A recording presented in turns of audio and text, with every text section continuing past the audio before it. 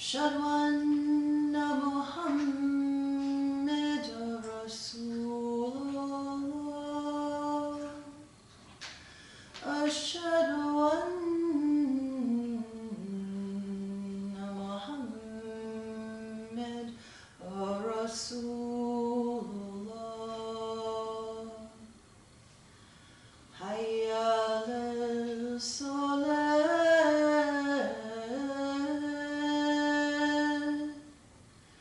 حي على الصلاة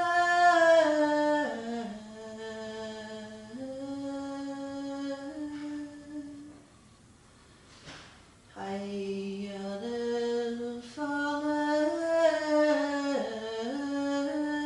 الفلاح حي على الفلاح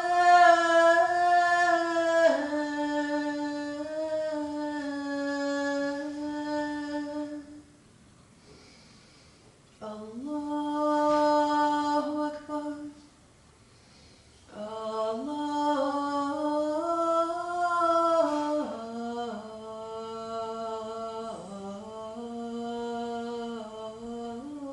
الله أكبر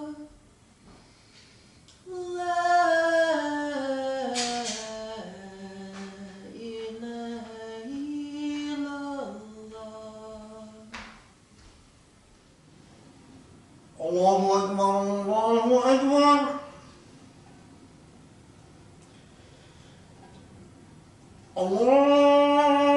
الله أكبر الله أكبر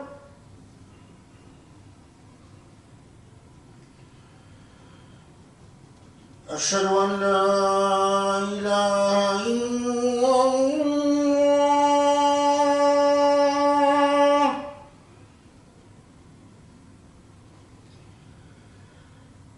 أشهد أن لا إله إلا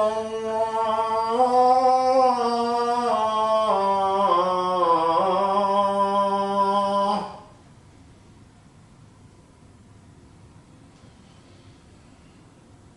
أشهد أن محمدا رسول الله أشهد أن محمدا رسول الله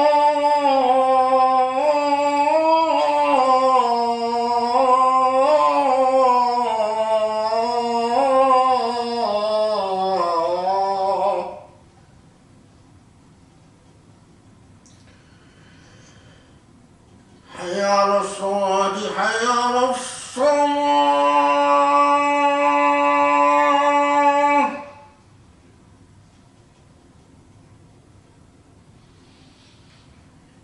حي على الفلاح حي على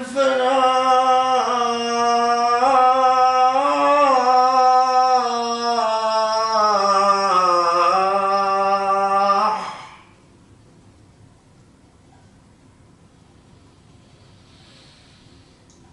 الله أكبر الله أكبر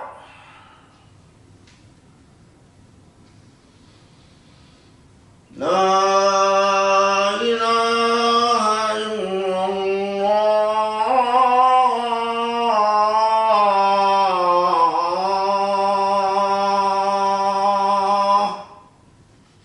بسم الله الرحمن الرحيم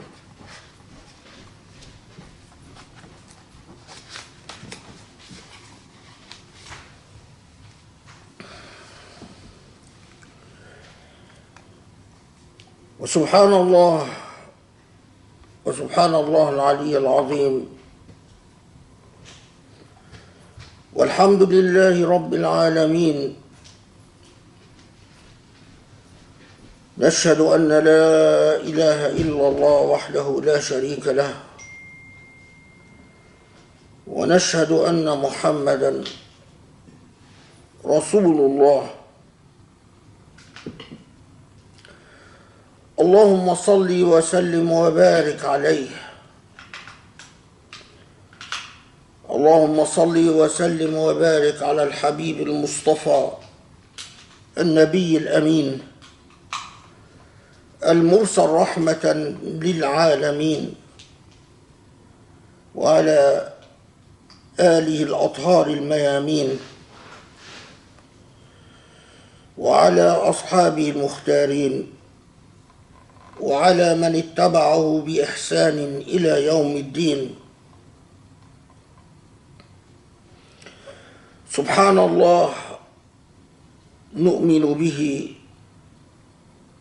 ونستعينه ونستهديه ونستجيره ونستنصره، فإنه حق من هدى الله فلا مضل له ومن يضلله فلا هادي له. اللهم يا علي عظيم، إنا نبتهل إليك وندعوك أن تصلح لنا ديننا الذي هو عصمة أمرنا، وأن تصلح لنا دنيانا التي فيها معاشنا،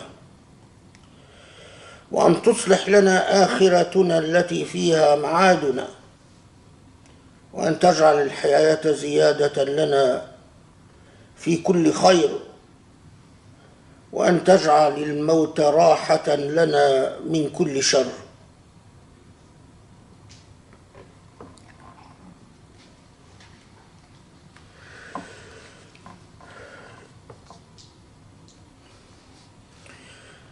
Every week at Jumu'ah, really the challenge, the real challenge is that from within a span of a single week,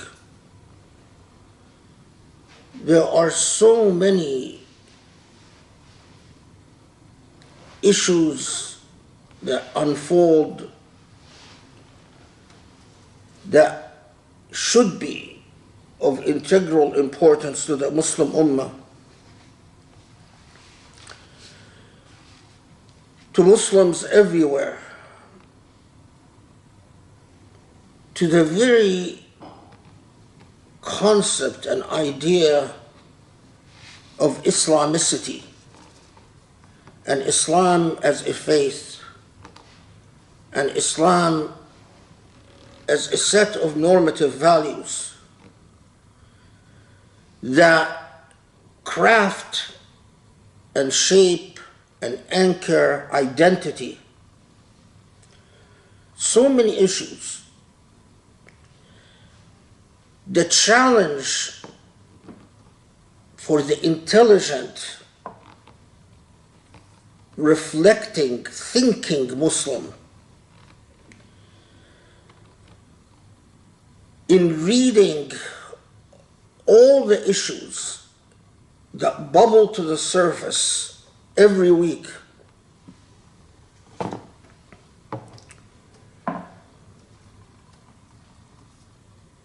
is the takeaway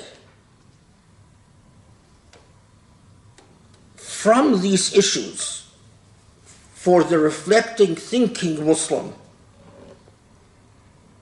What do the affairs of the world as they directly pertain to Muslims and Islam tell the reflecting Muslim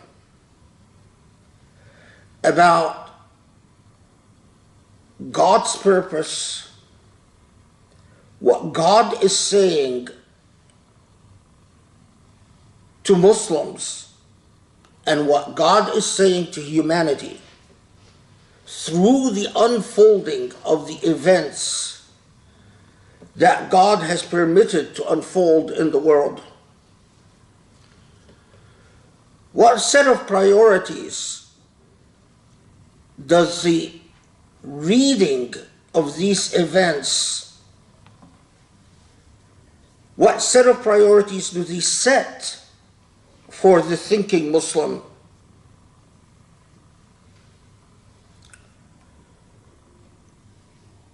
In fact, even at a more basic and foundational level,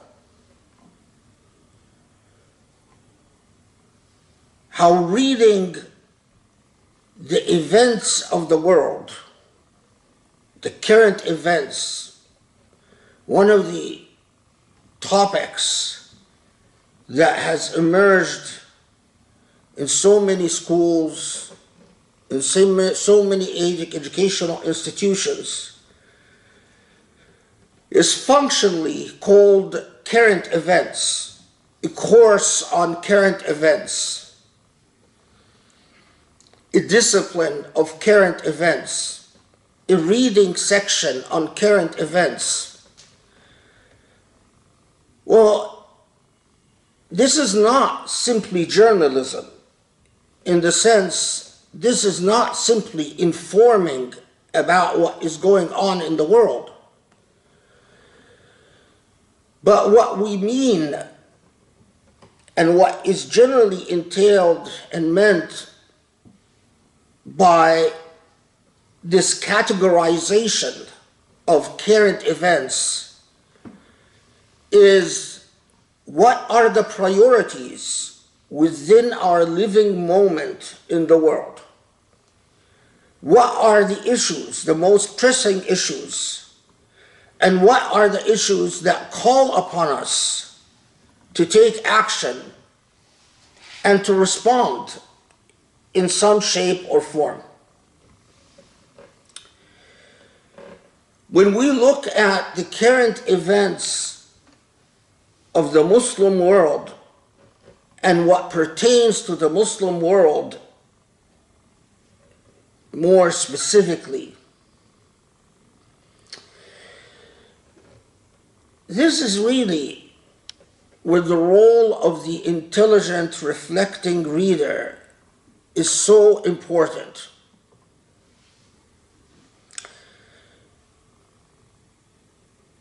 A discipline that emerged with the Islamic civilization among Muslims is the field of what was called ta'rikh. What the Muslim civilization brought to its adherents with consciousness of the importance and the need not just to chronicle the events of their day, the current events of their day, but the very purpose of these chronicles, the very reason that those born or transformed into the Islamic civilization, the very reason that they became interested or became awakened to the importance of chronicling, i.e., current events, is that they understood that current events is directly relevant to the demanding discipline of prioritizing, setting priorities,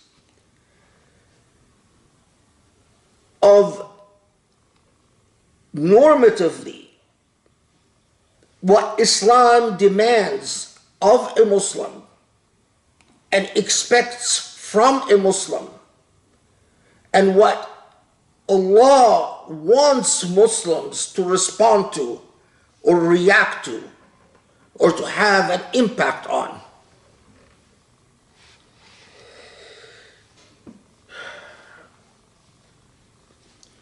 All the discourse, all the talk, since the age of colonialism. Colonialism came in and convinced Muslims that Sharia law, that their system of law has fossilized and has stopped being relevant what colonialism was saying is that Muslims, your law is no good because it no longer responds to current events and has not responded to current events for centuries. That was the colonial myth to Muslims. But the colonial myth to Muslims did contain a grain of salt, a grain of truth. And the grain of truth in the colonial myth is that not centuries ago, but with colonialism and under the repressive powers of colonialism, Islam, i.e., those who represent the institutions of Islam, were being actively prevented, blocked, impeded from being heard on current events, and thus creating the very powerful association and image that your cultural institutions, your law, your normative values, your theology are not fit for the day and age in which you live. Because if you are not being heard on current events, then you're irrelevant. And the response of Muslims in mass all over the Muslim world was to tell colonialism and really tell themselves, tell their brainwashed, influenced, compromised, equivocated selves, we have the concept of Ijtihad. And that is why there are tons of books written about how in Islam there is Ijtihad. And Ijtihad makes Islam relevant for all current events. But there was a problem. Muslims can speak till they're blue in the face about how Islam has Ijtihad. But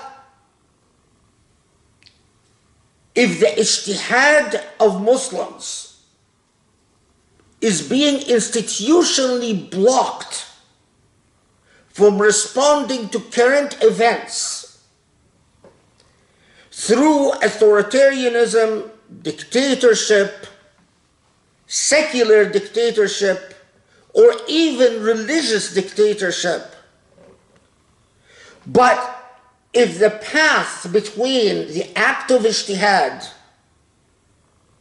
and actually being heard and influencing and impacting upon current events is being impeded, if in fact, even more dangerously and more foundationally and more importantly, if Muslims are being convinced, brainwashed, if their consciousness is being altered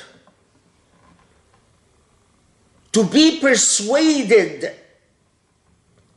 that they should not exercise ijtihad in response to current events, but that their ijtihad should be in response to a make-believe world of make-believe issues that are largely marginal to the current events,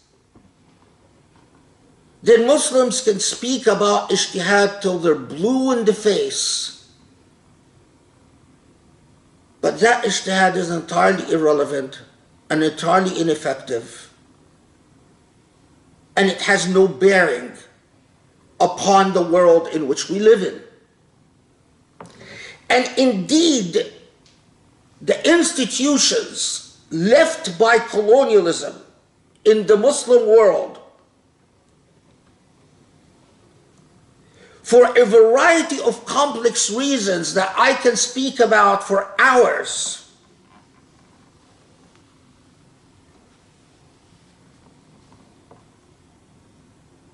the institutions of leadership,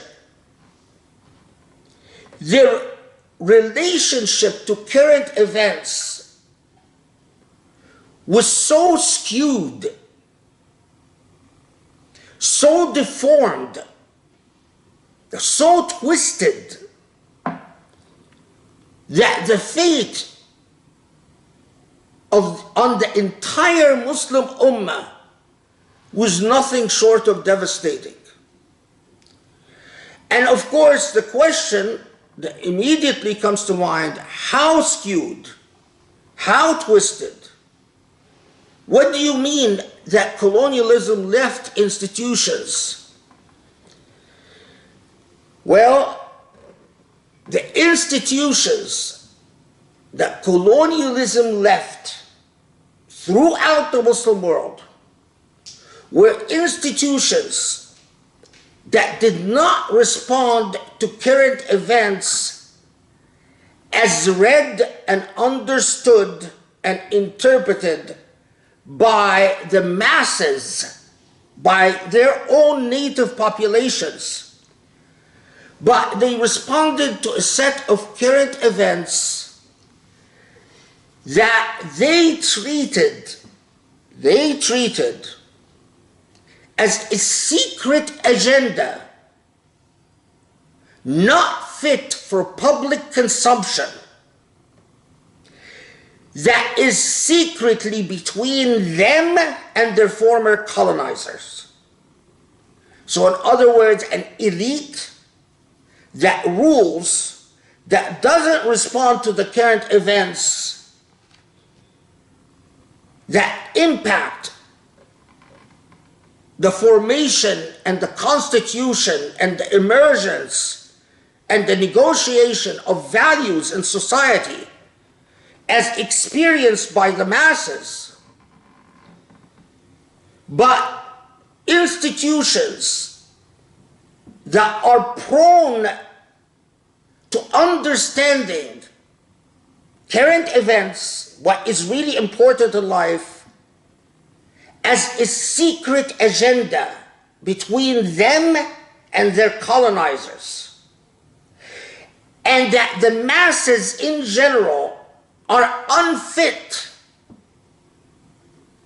to be aware of or to have an input in, leave alone to actually decide its own fate in relation to actual current events that impact and concern the masses.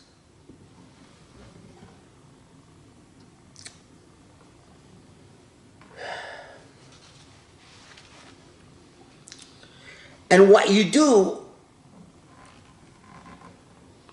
is you convinced Muslims of the most amazing and biggest trick civilization and the world has known.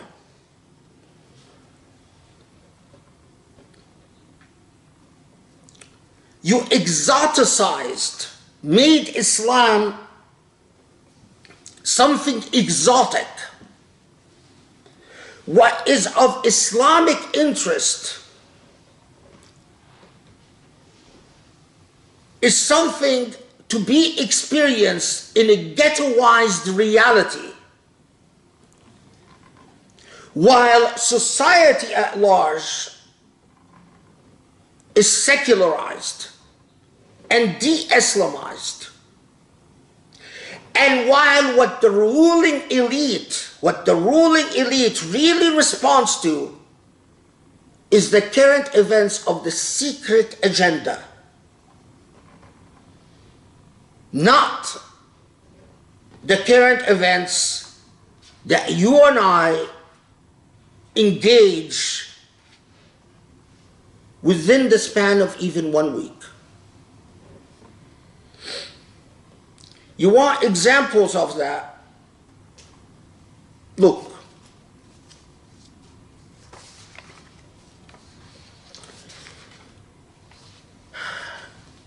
Recently, there was a military coup in the Niger. The Niger had a democratically elected government.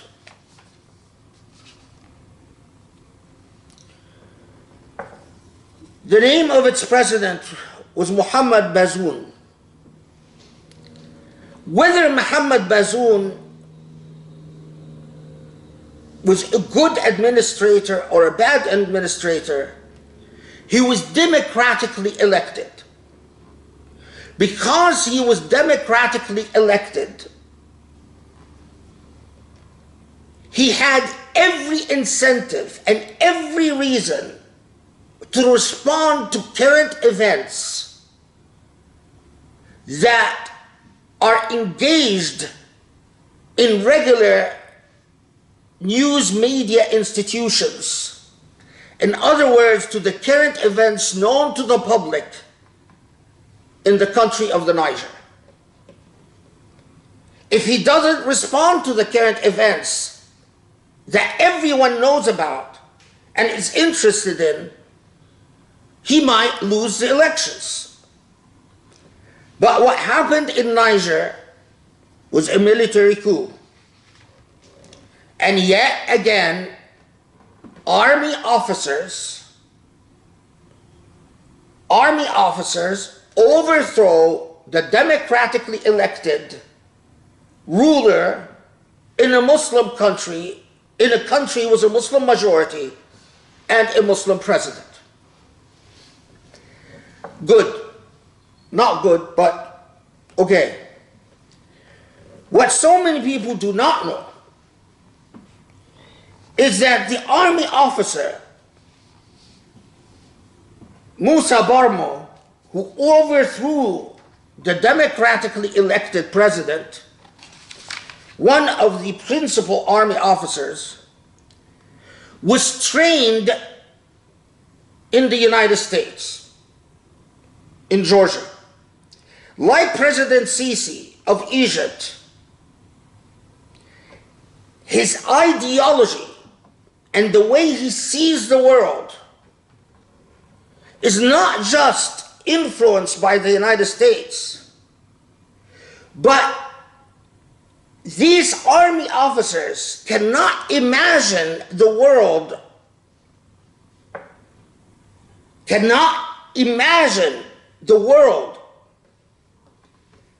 out of the direct auspices and direction and beneficence of the US. But their world is shaped by two main considerations.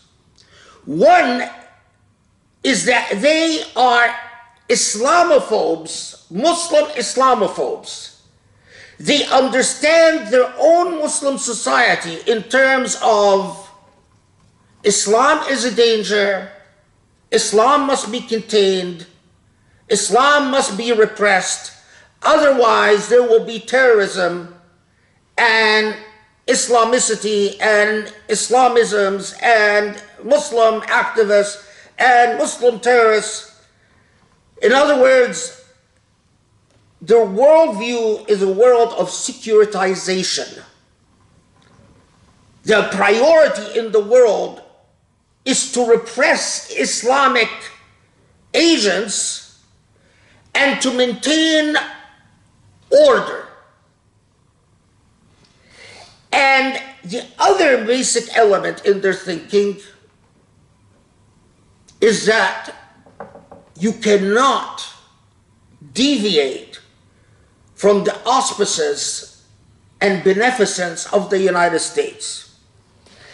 And indeed, the first thing that Musa Barmo did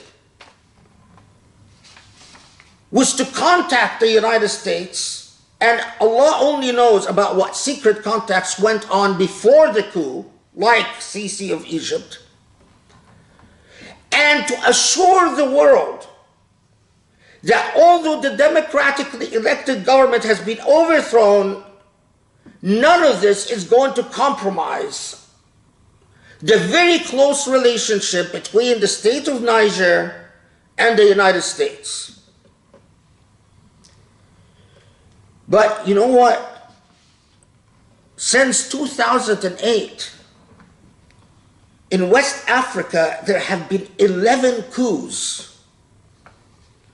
All 11 coups, the officers that carried out these coups were trained by the US and have very close ties to the US military. There have been US trained officers that conducted at least 6 coups since 2012 in Burkina Faso, the neighboring countries to Niger, Burkina Faso and Mali, and Gambia in 2014, Guinea in 2021, Mauritania 2008, Niger 2023.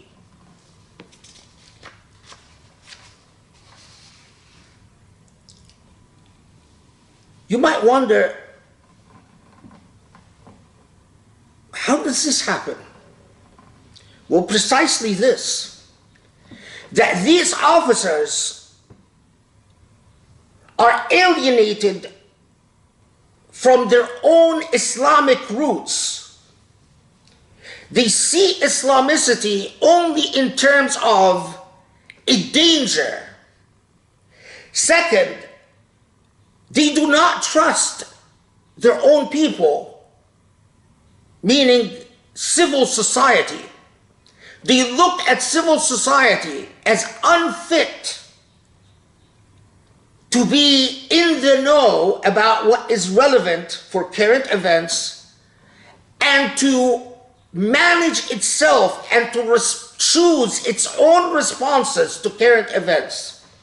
Third, they understand that what is important is not the current events reported on by civil society, but the current events defined in a secret agenda between them and their benefactors. The US, France, in the case of these countries, it's always the US or France.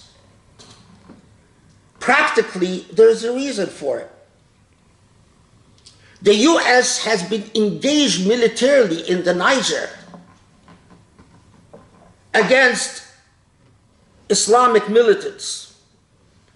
The US has carried military operations in the Niger.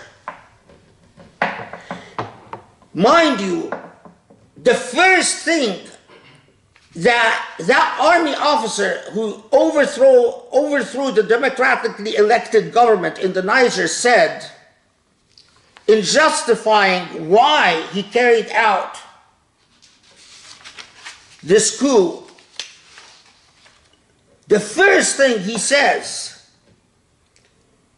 is to complain about how the civil government, the democratically elected government, is not responding to security threats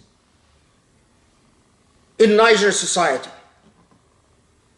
Meaning, not thoroughly repressing and killing and torturing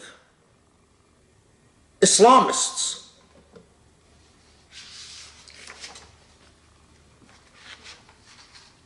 There is a very practical reality.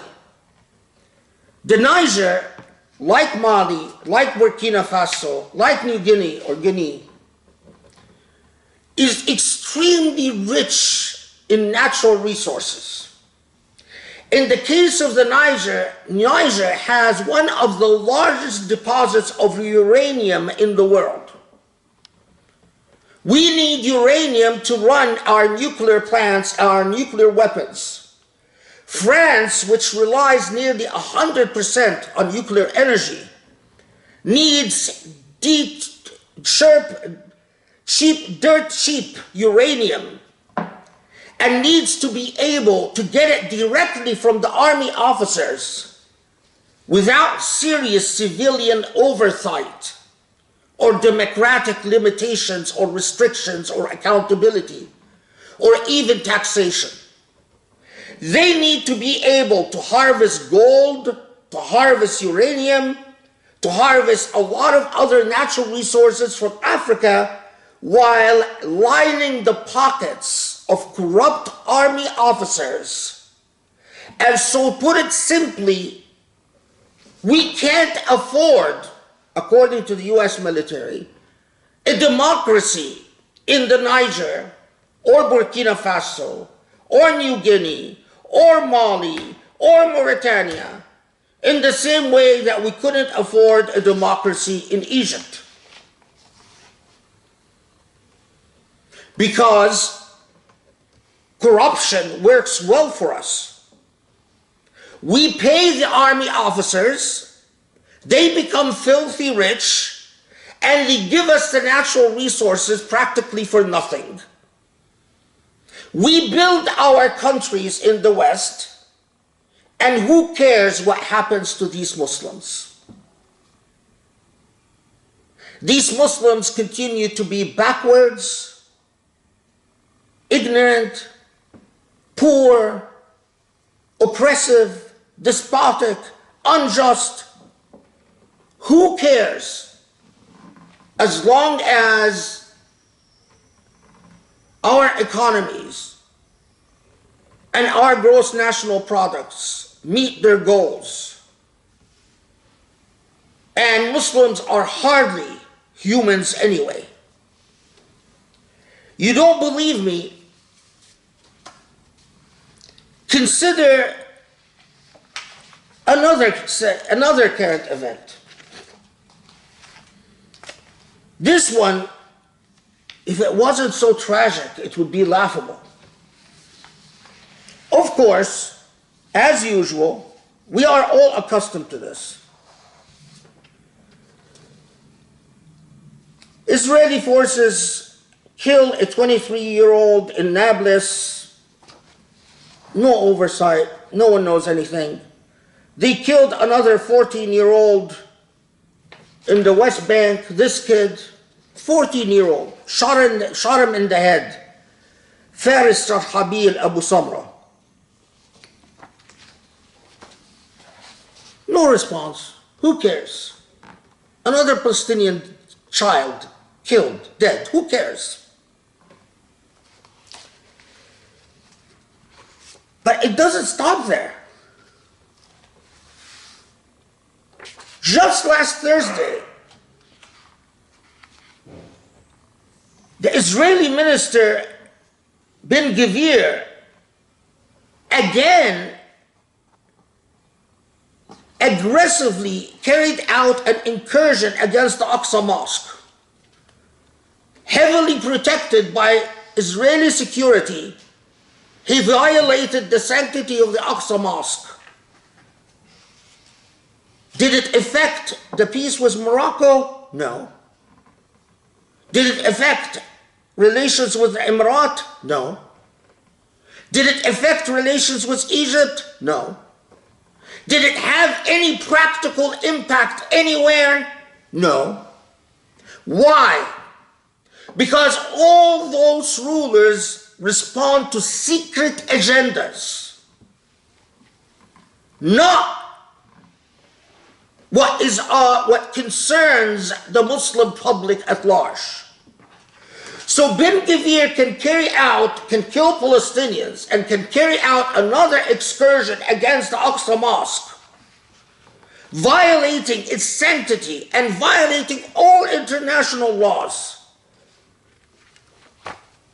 And those rulers who respond to secret agendas, not current affairs, don't care. And they don't have to worry about whether the masses are affected or not affected Because if the masses do anything, they'll just repress them. And that sadly works for us just fine. But it goes even beyond this, and more than this. The current government in Israel is, according to even the ex-chief of the Mossad, this is a man who was at the head of the Mossad, and the Mossad is not known as any friend of Muslims or Arabs. But the ex-chief of the Mossad described the current Israeli government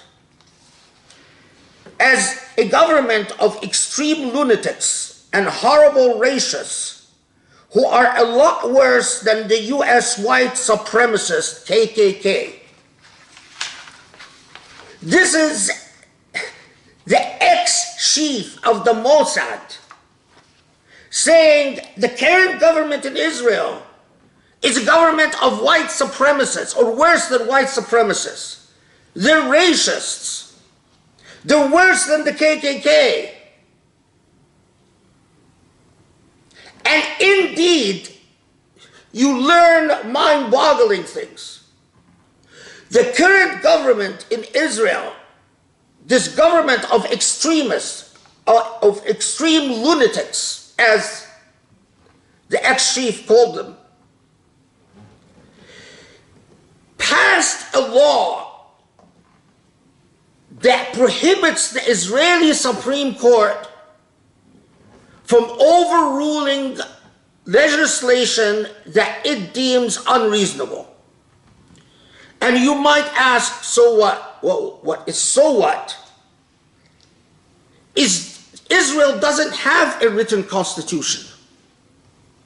And the Israeli Supreme Court, because it doesn't have a written constitution, when it reviews legislation, it relies on the standard of reasonability very heavily.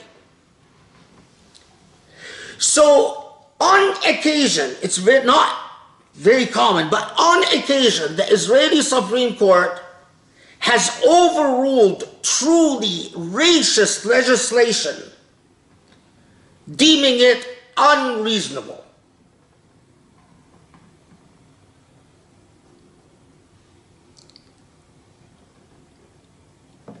This legislation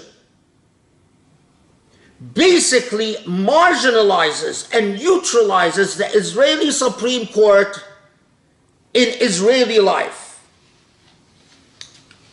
Well, we all know that there have been numerous protests in Israel against this legislation. But as the Israeli journalists Haggai Matar and Gideon Levy point out, even these protests are worried about Israeli democracy but completely ignore the fact that this government is making Israel more of an apartheid state and more of a racist state. In other words, as these two Israeli journalists point out, Gideon Levy and Haggai Matar,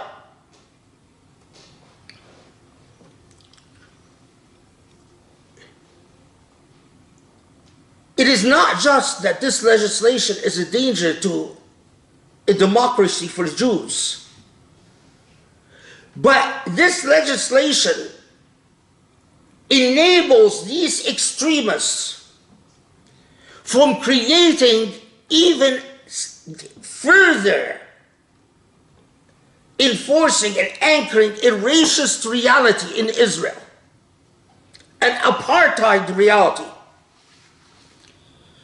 Okay?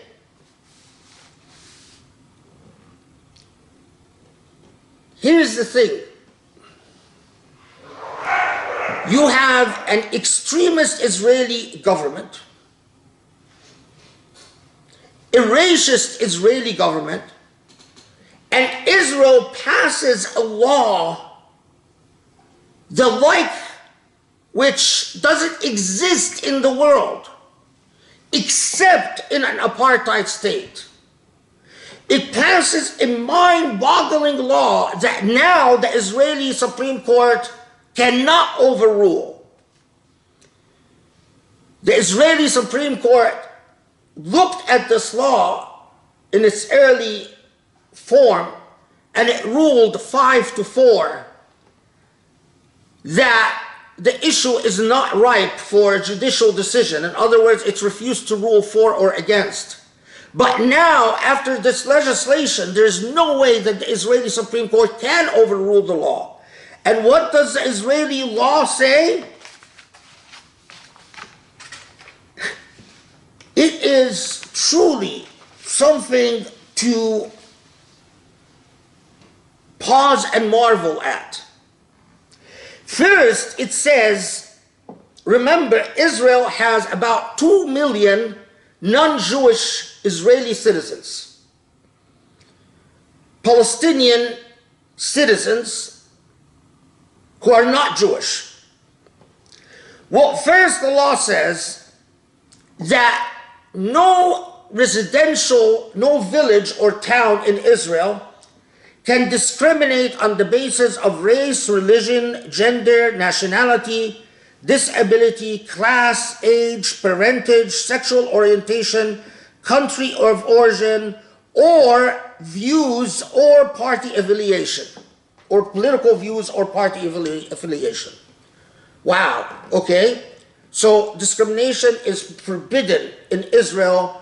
Villages and towns cannot bar anyone from coming to live in this village and town on the basis of race, religion, gender, and so on. Very wonderful. But then the law says, however, these villages and towns can create committees, oversight committees, and these committees can ban someone from living in the village or the town if this person or persons are deemed inappropriate for the social and cultural fabric of the community. And that decision to bar someone who is deemed inappropriate for the social or cultural fabric of the community shall not be considered discrimination on the basis of race, religion, etc., etc. Who do you think are the people who are going to be deemed inappropriate for the social and cultural fabric of the community? Palestinians. So this new law bans Israeli citizens who are not Jewish, effectively gives a green light to ban these Israeli citizens who are not Jewish from living in about 80% of the country. And says that banning these Arabs and Muslims from living in 80% of the country shall not be deemed racial discrimination or religious discrimination or political discrimination or class discrimination or gender, so on. And then tells the Israeli Supreme Court, you can't overrule that law. So this is officially, there is a law that actually bans Israeli citizens who are not Jewish from living in the Negev desert in the south of Israel. That has existed for a very long time. And Israel can get away with it. You never hear about it. It's not part of our current events. But now this has been expanded to ban non-Jews from living in 80% of the country. An official apartheid system. Do you think that this has affected Israel's peace with the Emirates? No. The US talked about normalizing relationships between Saudi and Israel? No. Has affected Israel's peace with Bahrain, with Morocco, with Sudan, with Egypt? No, no, no, no. Do you think it has affected our relationship to Israel? Well, Israel says U.S. vows continue military aid to Israel despite judicial overhaul. In other words, we don't care how fanatic, we don't care if they violate the sanctity of the Aqsa Mosque, we don't care if they kill Palestinians, we don't care if they pass, if even an ex-Mossad, the director of the Mossad, said that they are worse than the KKK, that they are Jewish supremacists. We don't care. We don't care whatever they do. We continue to vow that Israel has a special status, so special that Israel is the only country who has received exceptional and favored treatment under the U.S. Waiver of Visa waiver law. The U.S. has this agreement with a number of countries that allows you to come to the U.S. without a visa, and Americans can visit this country without a visa. But the U.S., in order to include you on this list of visa waivers, you have to meet very stringent conditions and requirements. And you have to meet all these requirements even before you could be considered for the waiver program. The only exception, the only country that was allowed to apply and will in September be accepted in the waiver program, mark my words, without meeting the stringent American requirements, is Israel. Israel is the only exception, even compared to NATO countries and Western countries and white countries.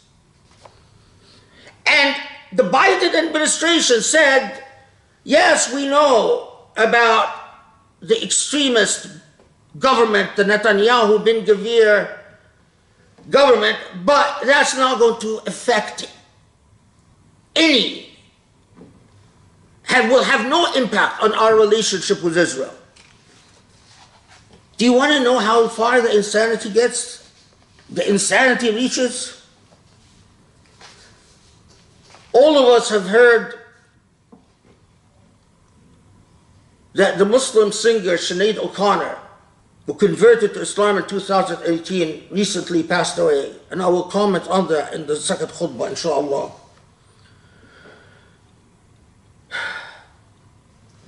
But do you know the person who can enter the U.S. on a diplomatic visa today, Itamar bin Gvir, the same person who violated the sanctity of the Aqsa Mosque recently for the millionth time, the same person who kills Palestinian children every week without accountability, and arrests and tortures and assaults. Do you know that before Sinead OConnor converted to Islam, bin Gvir and his political group threatened to assassinate her? Sinead OConnor was going to take part in a musical concert. This is before she was Muslim. In Jerusalem, the purpose of this musical concert was to celebrate Jerusalem as the capital of two countries, East Jerusalem and West Jerusalem, and to celebrate one as the capital for Israel and another as the capital for Palestinians. Back then, Itamar bin Gavir was not a governmental official, was not a person in power. He had an Israeli terrorist, he led an Israeli terrorist organization. A racist, supremacist organization. Bin Gavir's response was to send a letter to Sinead OConnor telling her, if you come to perform in this concert, we will assassinate you, we will kill you. Sinead OConnor, fearing for the safety of herself and her band, decided not to go and wrote a letter to Bin Gavir basically saying, shame on you, I know the Bible really well, I know the Torah really well, and quoting some passages from the Torah about how he's a bad Jew. But the same person who has murdered Palestinians, who led a terrorist organization targeting Palestinians, who made terroristic threats against Irish citizens. That's even just one example. Was never included in any terrorist list. He can threaten Sinead OConnor to murder her, and he's not included on any terrorist list. He can travel anywhere in the West.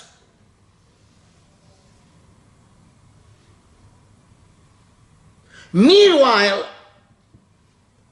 Muslim people who are just suspected of terrorism, never proven, are languishing in Guantanamo now for 20 years.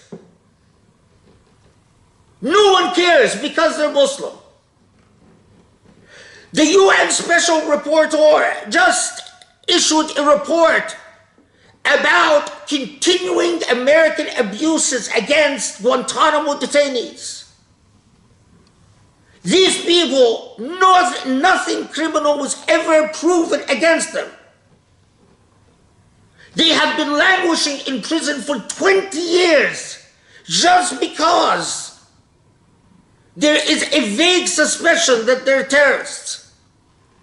According to the recent UN report, even when the Biden administration has released some of these people in Guantanamo, the conditions of their release violate every human right known to human beings. Because the US turns them over to countries that continue to abuse them. And because when the US releases this to countries like Algeria in a recent case, the US told Algeria a lie. They said that the person in question swore allegiance to bin Laden. And it was a lie. The US never proved that he did. The man was Saeed Bakkoush. So Algeria decided to accept the person from Israel, Saeed Bakkoush, but then threw him in prison. So he went from an American prison to an Algerian prison. And no one cares. Why? Because Muslims all over the Muslim world do not respond to agendas of current affairs. Since colonialism, as Muslims, we have all become accustomed to the idea that when it comes to Muslims, current affairs is irrelevant. That we leave responses to despots and tyrants and military agents like the Sisi in Egypt, or like the officer who overthrew the government in the Niger. And they don't respond to current affairs either. They respond to secret, private agendas. Current affairs within secret agendas. In these secret agendas, Jerusalem is not an item. Apartheid Israel is not an item. Ben Gvir is not an item. Smotrich is not an item. Palestinians being killed is not an item. Yemen is not an item. The Rohingyas is not an item. The Uyghurs is not an item. None of this is an item. Guantanamo is not an item. Muslims languishing in Guantanamo is not an item. In these secret agendas, what is an item? Protect us from terrorism. Protect us from the migration of dark-skinned people to our countries. Make sure to keep away your poor, dispossessed, needy, and oppressed. Keep them away from us. Give us your natural resources for dirt cheap. We will in turn make you military elite, you elites of the Muslim world, filthy rich. You can buy homes in the most expensive places in Beverly Hills and in Paris and in Switzerland. You can own property and all your people can languish. And then we hear Muslims talk about Ijtihad. But Muslims have lost the art of Ijtihad in response to current events a long time ago. Muslims simply daydream about Ijtihad. They just talk about Ijtihad, but they cannot even read current events. They don't know how to read current events. They lost the art of reading current events. They lost the art of responding to current events. They lost the art of caring about current events. The Muslim mind has been twisted and corrupted and deformed so that it responds to a woman not covering her hair. It responds to the laws of woman purity and her period. It responds to a woman in the men's section and prayer. That is the extent of their ijtihad.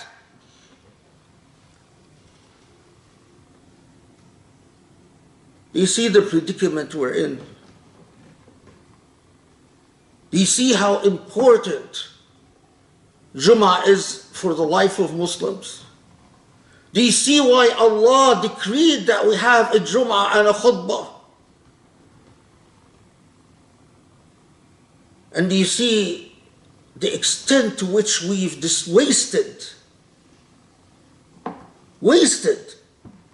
the pulpit of the Prophet and the very function of Jummah in our lives, simply because we've lost our connection to current events. أقول قولي هذا واستغفر الله لي ولكم وأسأل الله يستجيب لكم. بسم الله الرحمن الرحيم وسبحان الله العلي العظيم والحمد لله رب العالمين. اللهم صل وسلم وبارك على محمد وآله وأصحابه ومن تبعه بإحسان إلى يوم الدين. Before I get to the very last issue this week, I have to mention Saudi Arabia yet again arrested another very prominent Muslim sheikh. His name is Badr al-Mishari. Badr al-Mishari never criticized the Saudi government. And Badr al-Mishari goes out of his way to be exactly the type of person who doesn't read current events and doesn't respond to current events and practically knows nothing about current events.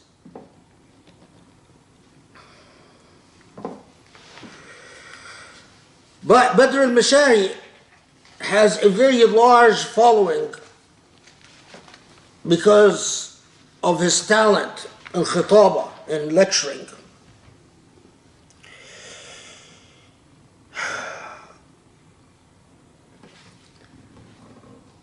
Badr al-Mashari's offense was simply to say to the ruling elite in Saudi Arabia in one of his khutbahs, "Ittaqillah," fear God, or be mindful of God. And apparently that was enough to get him arrested. To just say to the ruler in the abstract, be mindful of Allah, is enough to get a religious scholar disappeared in Saudi. Of course, Allah says in Surah Al-Baqarah precisely about this. And there are those people who, if you tell them "Ittaqillah," they respond with outrage and izzah. And then Allah says that for their fate will be hellfire. But Allah anticipated this precise situation in Surah Al-Baqarah. And yet, this is where we are. So, this is the extent to which we are telling our scholars, be irrelevant. Do not dare to have any type of relevance to current affairs in the world. Not even just saying, be mindful of God. If you do, you disappear.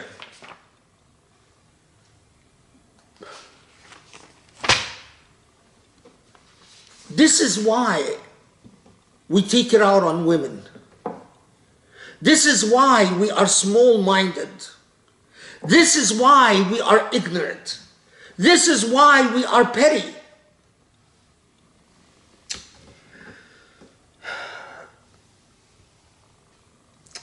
Of course, all of you heard that the gifted Irish singer Sinead OConnor passed away suddenly at a very young age. I think she was 57 or 58. And of course, when you read about Sinead OConnor, you can't help but have mad respect for her. Because she rebelled against the values of materialism. She rebelled against the objectification of women and sexualization of women. She, in fact, embodied so many Muslim values before she became Muslim. She spoke out about Palestinian rights. She supported just causes before she converted or reverted to Islam in 2018.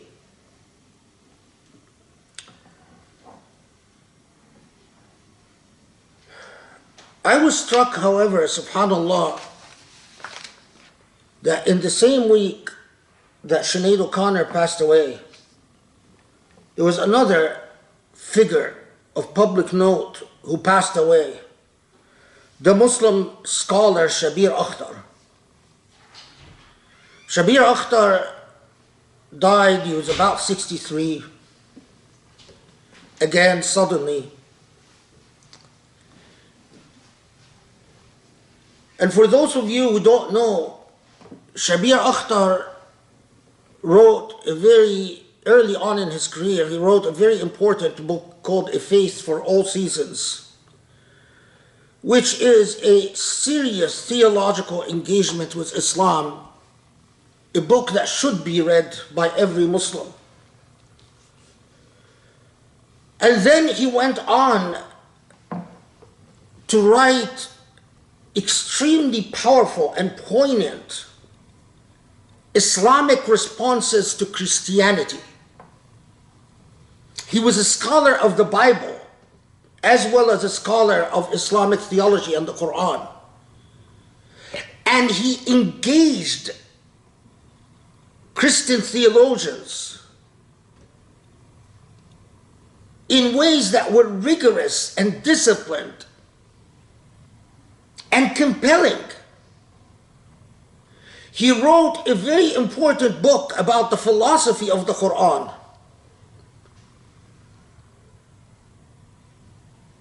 A book that shows how and why the Quran is so critical for this age, and is a book that has compelling answers for so many of the problems of humanity in our age. But of course, I couldn't help but take note and compare with a certain level of melancholy between the response to Sinead OConnor and the response to Shabir Akhtar. And then compare this to the response to the passing away of Ahmed Jalal, the black jazz musician, Muslim musician. Is it because Sinead OConnor is white that so many Muslims, more Muslims, responded to Sinead OConnor than they did to Jalal Ahmed? Of course, I could say it's because she was in pop music as opposed to jazz music. But my moral duty to engage in self-reflection and self-analysis, I must critically reflect upon the racial issue before chalking it up to styles of music. There is no cop-out before Allah. The comfortable road is often exactly what leads to the shaitan, not to God. The comfortable road is to find excuses for why we responded to Sister Sinead OConnor far more profoundly than we did to a black Muslim jazz musician. And because I am duty bound to engage in the moral path, in the path of critical self-reflection, I must ask myself the really hard question: does race play a role in your consciousness? Does race play a role in your being? But even beyond that, you all notice how the disparity and the difference between our response to a gifted, talented sister in music as opposed to a scholar. My problem is not just that most mosques, I am sure most mosques and most imams probably never heard of Shabir Akhtar, never even thought of Shabir Akhtar, leave alone thought of ever inviting Shabir Akhtar to lecture in any of their institutions.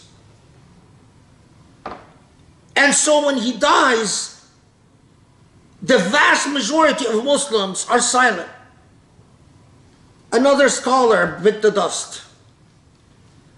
But what is more tragic for me is I am sure that the percentage of Muslims that read Shabir Akhtar is minuscule.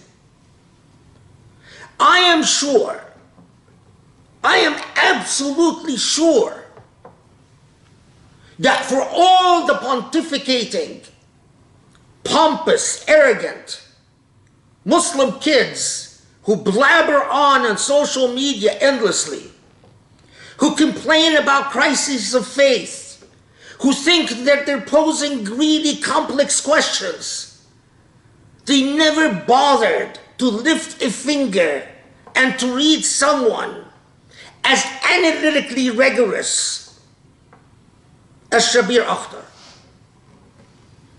No one bothered to read his work on early work on Muslim theology, Season for All Faiths. No one bothered to read his work responding to Christianity. No one bothered to read his work on secularism, because he wrote a philosophical Islamic response to secularism. No one bothered to read his work on the philosophy of the Quran. No one bothered. We Muslims love to pretend that we are in a moral crisis, intellectual crisis. I have questions that can't be answered. Oh my God, I'm having a crisis of faith, help me. But lift a book, read the text, know a scholar, God forbid. This is also part of our current affairs. Allah told us that the ulama are the inheritors. This is a hadith from the Prophet ﷺ, that the ulama are the inheritors of the prophets. And we made ulama mean like those people who are effectively a computer repository of hadith, who can just regurgitate hadith back at you. These are our ulama. But people who think, who analyze, who study current affairs, who are steeped in current affairs, who say important things about current affairs, who actually exercise ijtihad, like Shabir Akhtar.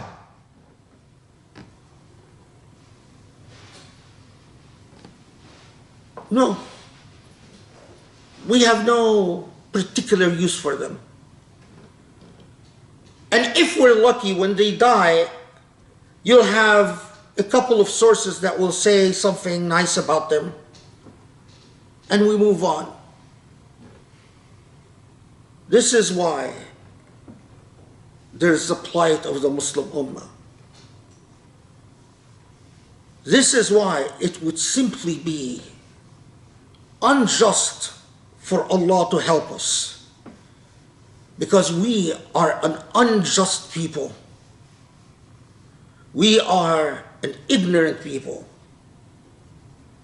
We are not that thinking Muslim that I referred to at the beginning. The thinking, reflecting Muslims who reads current affairs with a mind towards true ijtihad, to respond to the realities of our age in a meaningful and, most importantly of all, in a moral and virtuous way.